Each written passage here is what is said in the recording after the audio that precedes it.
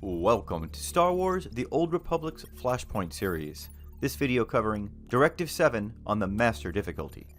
Now in this video, I'll show you boss battle examples of all 6 bosses with commentary during each explaining what to look out for on this hardest of difficulties.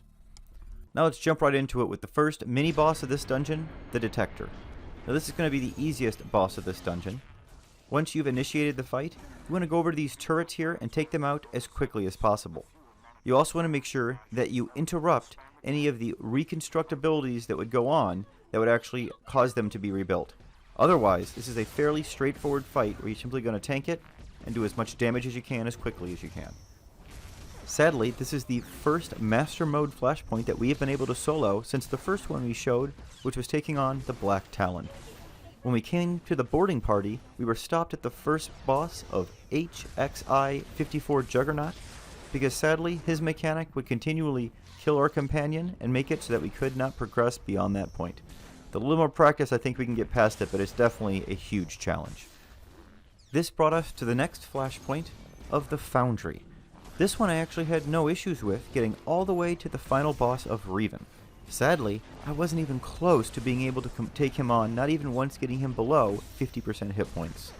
So that one's definitely going to be a challenge for some time to come, it appears.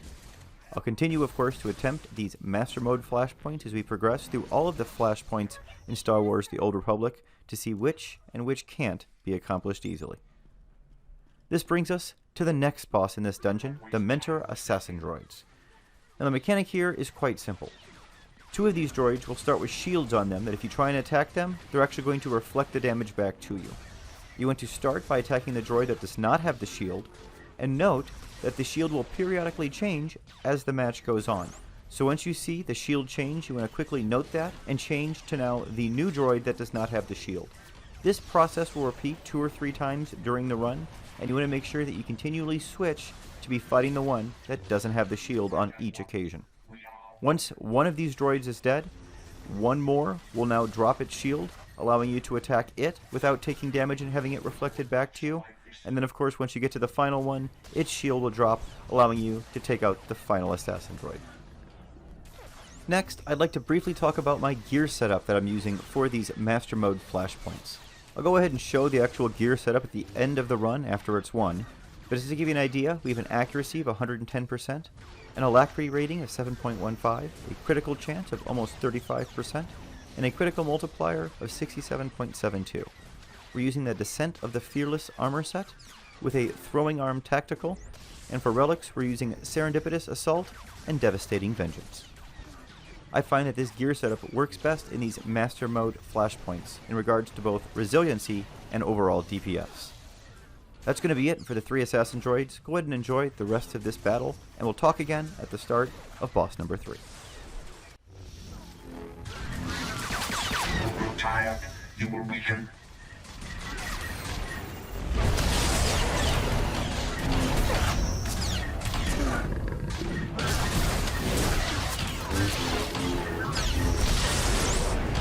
Ella, more.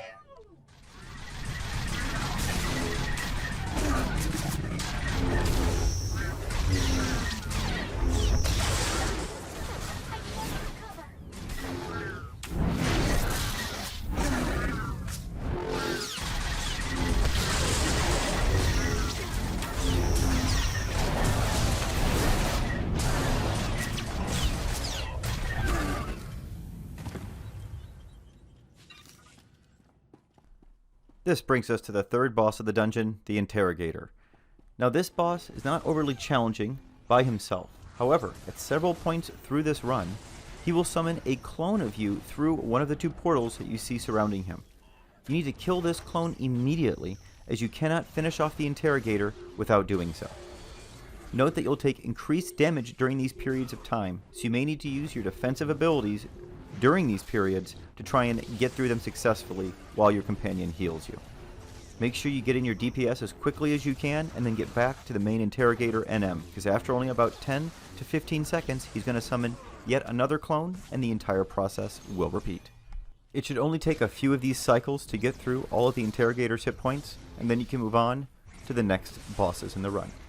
I'll see you for the fourth boss, who I find to be the most challenging in this zone.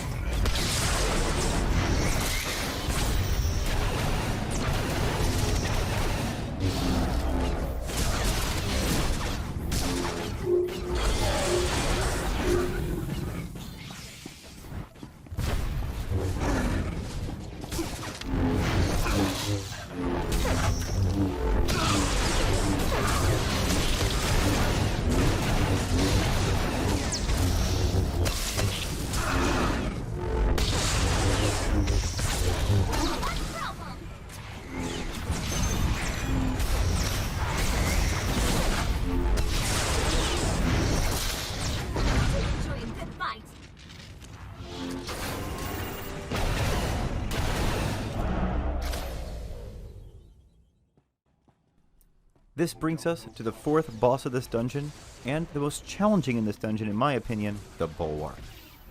Now there are several mechanics to this fight, so let's go through them one by one. The first is he has a knockback attack that he can use quite frequently that will knock you back about 20 feet. This is the easiest of his abilities to deal with. Simply jump back into range. This ability is most at risk when he uses it while you're trying to deal with one of the other things that he's doing. He just used the ability right there.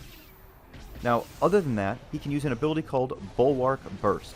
That will do massive damage and almost always kill you during its channeling. Therefore, you always want to interrupt that ability without fail. Even missing it a single time can make the run fail. Now, once he hits 90% hit points, he's going to use both of those defensive buffers that you see around him and start to regenerate health. You need to immediately take out both of those consoles on each side. Note that there are some glitches in the game that make it untargetable from many angles, so make sure that you try and get your mouse to it as quickly as you can, considering that it can take a few seconds for that hand pointer to come up. After both consoles are disabled, you want to immediately get back to your damage and interrupting those bulwark bursts.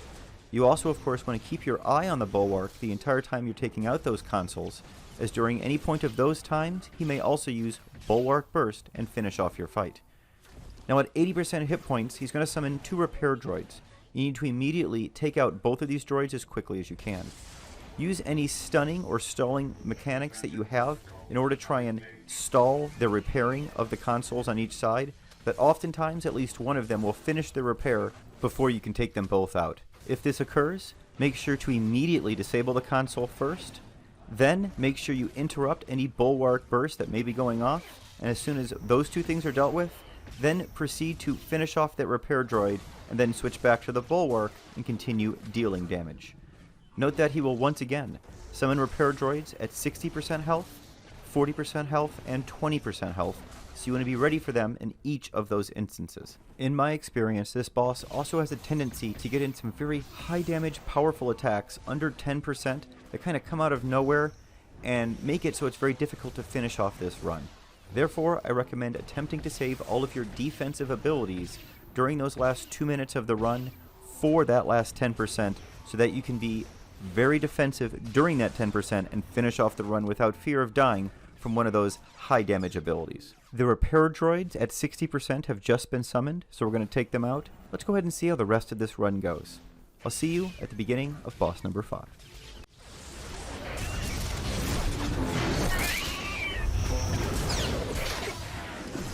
Defensive protocols have engaged.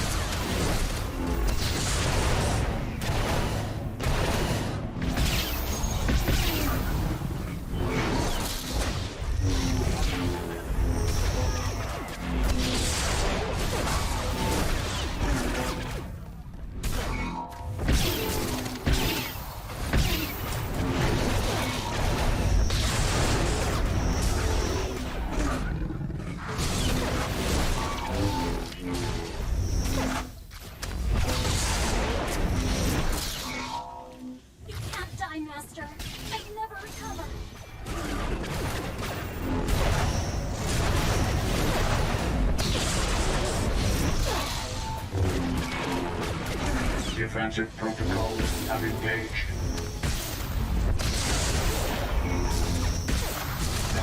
No.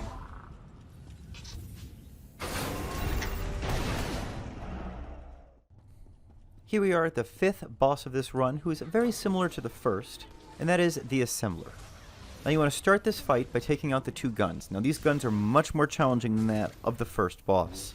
You want to make sure to stun the supercharge ability and get in your damage as quickly as you can. Note you may need to use some of your defensive abilities to get through this initial phase of the run, as they can do substantial damage if they are allowed any time whatsoever to start getting damage in. After both of these turrets are taken care of, you then simply want to take care of the main NM, the Assembler. Being sure to interrupt any repairing procedure he does, the rest of this fight should be fairly straightforward and again very similar to that first.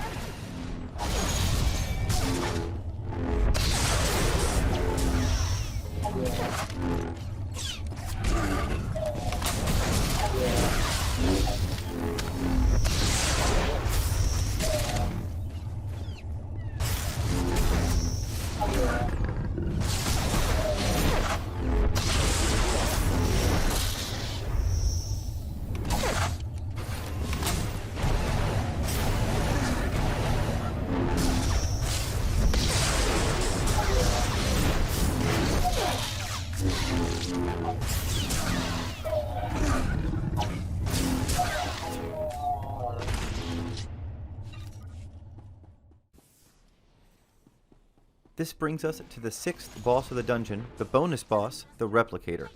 Now, just like with the Black Talon, I choose to skip this particular boss as I have not found a way past it yet on this difficulty. Even on the veteran difficulty, this was a rather challenging NM to solo. At 75%, he's going to split into 3 separate mechs, but on this difficulty, that's not the most challenging part.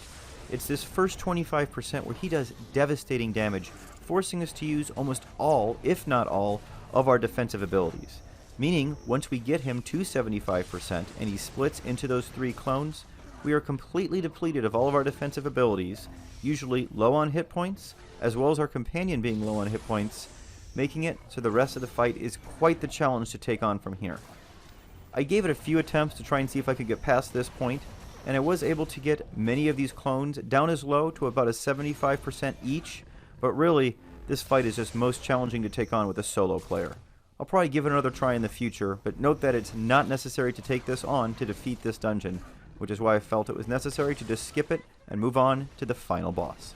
I will say this fight would be much easier if we had more stunning and CCing mechanics, but of course on Juggernaut we don't have that many, which makes this part of the fight the challenge that it is. This brings us to the final boss of this dungeon, the Mentor, which is nearly as challenging as the Bulwark, but as long as you use the right strategies, is actually a fairly easy fight. Right here at the start, you want to take out the Mentor by using one of your ranged abilities first, otherwise you're going to be knocked back and take damage, and then immediately start taking out one of the 2 turrets, being sure to interrupt as many of the abilities they're using as you can. Note that as soon as you engage, a claw is going to come down from the ceiling and start to target both you and your companion. This is your biggest risk in this fight, is this claw, as if left on your companion, it will normally result in his death. Therefore, if that claw is out and about, you want to make sure to be continually moving, and if necessary, even if it means not getting all the damage you need in, running to the other side of this arena. That will make your companion follow you, and hopefully get out of the range of that devastating claw. Now after both turrets are destroyed, one of the cores will overheat. Quickly get to it, take it out first, and then the 2 turrets. You want to take it out first as you only have a short window of a few seconds to click on it with the hand icon before it will no longer be targetable. After you take it out, you then want to start targeting this Mentor Core Guardian and getting in as much damage as you can. Note, normally around this time, the claw will come back out and start to target your companion. You want to make sure that you continually run around the arena, even if it means you're not getting damage in, to try and hide around these corners to get your companion to forcibly follow you in an attempt to cure you. Doing so should keep him clear of the claw. Once that claw is gone, then focus purely on your damage. Remember, if you get in any defensive trouble and all of your defensive abilities are used, you can always try and hide behind one of these corners, forcing the Guardian to chase after you and giving you a period of time where you aren't taking damage and can hopefully be caught up on your heals. Once this Guardian is taken out, Phase 3 will begin. At the start of that phase, another one of these cores is going to overheat. Now your instinct is going to lead you to want to take out that core immediately, but you don't want to do this, as the most dangerous things that have now spawned are these turrets. You want to immediately jump to the turret that does not have an overheated core next to it, as that overheated core is also going to have 2 additional turrets next to it. So in this case, I picked the one on the right. You want to stun it during its abilities and get in the damage as quickly as you can. Once it's taken out, then jump to the other turret, get its attention, and then go to the overheated core, which by that point probably will no longer be clickable, and take out the turrets next to it. Once you finish taking out those turrets, usually the core by that point will once again be clickable, like you just saw right there. Then you want to once again refocus your attention on the final remaining turret and take it out. As you can see, once again, that claw is coming into play and targeting our companion. So we are running around kind of in a big circle here to try and get the companion to follow us and get out of the devastating red circle directly underneath that claw. Now after this second set of turrets is taken out, we are going to enter the 4th phase of this run, where the Guardian will once again spawn, and a 3rd core is now going to overheat. You want to immediately get in range of that Guardian and start taking him out as quickly as you can. Go ahead and completely ignore that overheating core for its first phase. Get in all the damage you can, and stun any of his abilities such as auto fire as you can as they are going off. Once you've got a good bit of damage in, and about 15 seconds have passed, you know that that core is about to overheat again, so now is the time you want to jump over to it, quickly take out both of its turrets, around which time the core should now be clickable once again. You want to click it to destroy it, and then once those 2 turrets and core are destroyed, jump right back to that Guardian and keep getting your damage in. Remember, if you run out of defensive abilities during any of this, run behind corners to try and buy yourself some time. As you can see, once again, that claw has come out, so I'm hiding behind these corners to try and drag my companion behind me so that he does not get killed. This is the most common time of this fight when he gets killed, is when the Guardian is out and the claw at the same time, so this is when you want to use the most caution. Now, I have noticed when using this strategy, there are times that your companion can get stuck on the mentor CPU, as you've seen him done here. When this happens, he will quite commonly be drawn into it and then knocked back out again, and if you get too far away from the core, your companion will no longer be able to heal you. As you can see right now, I'm all the way over here around the corner, but my companion is not falling as he's continually being knocked back over there by the core.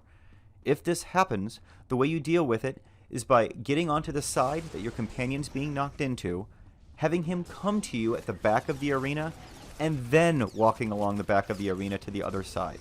Otherwise, he will just continually be getting hit by the CPU as he is over there, and unable to come heal or help you. So as you can see, I'm now running to the side of the arena that the companion is on, into the back. He has now appeared next to me, so now he is no longer locked in that animation of being hit by the mentor, and we can go back to taking on the Guardian. Now once the Guardian is defeated, we are in the 5th and final phase of this run, and you want to make sure that you have all of your defensive abilities available to you as soon as you take him out. So that's why I'm stalling a little bit right here, just to make sure we're ready to go. Once he's taken out, the 4th and final core will overheat. Immediately run over to it and take it out with the hand icon, and then take out both turrets that are next to it. After all that's done, make sure to continually avoid the blast from rockets that you're going to see on the ground of the run, and then get back to the main CPU, which is called Mentor, and start taking it out. Now, it does not have many hit points, but you are going to notice that the claw will come out during this part of the run. And if you just sit there at the front, it's going to come right up to both of you and do more damage than your companion can heal, and usually end up finishing your run at this final stage. Therefore, even though it's the last thing you want to do, you need to stall and run around here at this point so that your companion continues to follow you. Once the claw goes away, like it's just done right there, you can now jump right back and get in your final damage to the mentor. That should be all you need to know in order to take on this Master Mode Flashpoint. I hope you found that helpful. In the next videos in this Flashpoint series, we're going to be taking on the Battle of Illum, starting off on the Veteran difficulty, and then moving on to take you out in the Master Mode, if at all possible. Now, while my Sith Juggernaut is the main character that I'll use to take on these Master Mode challenges at this time, as he is my best geared character, note that I also have all other 8 Force-sensitive classes leveled and geared and ready to go. Be sure to check back on videos showing those classes taking on many of these Flashpoints, normally involving the Veteran difficulty. I'll go ahead and put my gear up here just so you can get an example of exactly what it is I use to take on this run. Look for weekly video releases from me covering these Flashpoints up until the much anticipated release of the Legacy of the Sith expansion coming out later this year. Thanks so much for watching, everyone. Stay safe and stay healthy out there.